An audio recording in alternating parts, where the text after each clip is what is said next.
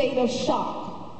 I knew enough to know that my son's life does not end on the sidewalk, and his death will not be in vain. My son's name was Stephen Odom. I knew my son's story, but what was the story of the person who took his life? I wanted to understand and know the root cause that brought that person to that place of resolve that they could take a gun and take another person's life. This person didn't even know my son.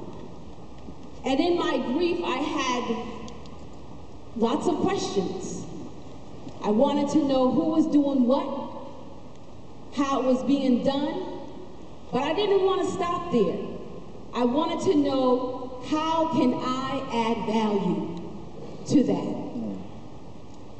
I had worked for an insurance company for almost 10 years. I was 4 months shy of making 10 years at the insurance company that I worked at.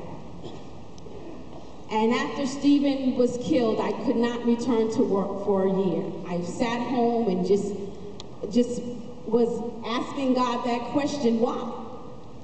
Wanting to comprehend why. But I knew that I needed to get into the circles of those who were working on the solutions of violence prevention. And at that time, I didn't know that violence was a public health issue. But when I got into the circles, I learned that the Center for Disease Control has deemed violence as a public health issue. Something happened here today that made me think about antibiotics. And I said to myself, the songs of affirmation and the morning devotions that has been done over the past 3 days, Reverend Forbes talked about spiritual depression. And it's for me, it's trying to recognize that antibiotic is that positive spiritual nourishment and affirmation. I came to work for the Boston Public Health Mission, the Violence Intervention Advocacy Program, through this tragedy. And I find that it has been helpful. As I've heard many people say today, it's a conversation. And I'm finding that talking to young people, it's seizing that moment. It's that teachable moment, being able to have a conversation with that young person and find out what's going on in your life. What happened in your life?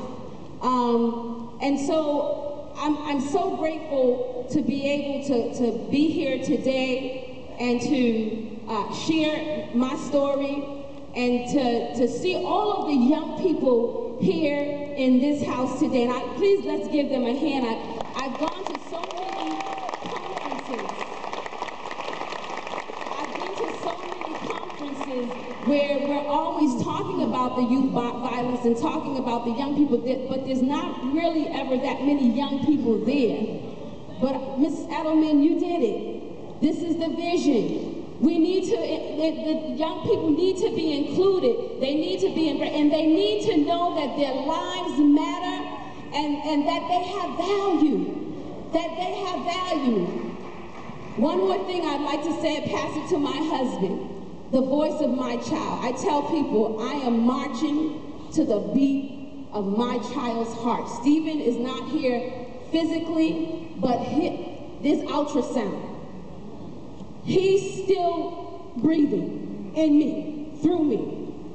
And we found in his school, they had what they call the peace curriculum. And a janitor found his journals, and they gave it to me. And as I went through the journals, in Stephen's journal, he had all these writings about peace and essays about me, as a mother, his dad. But he also understood what he was exposed to in his community. He said, Boston has become a terrible place to live.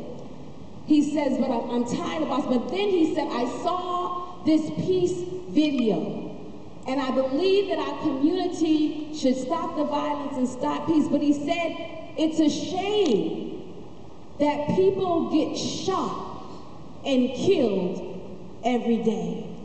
And so I want to bring my son's voice. Another mother said, she was here this week, Janet Connor, she said, we cannot bring our children back, but we can bring them forward. And so we're going to bring those that are now voices from the grave forward, but we want to remember those that yet remain here. And so again, thank you for having this opportunity to speak to you this morning.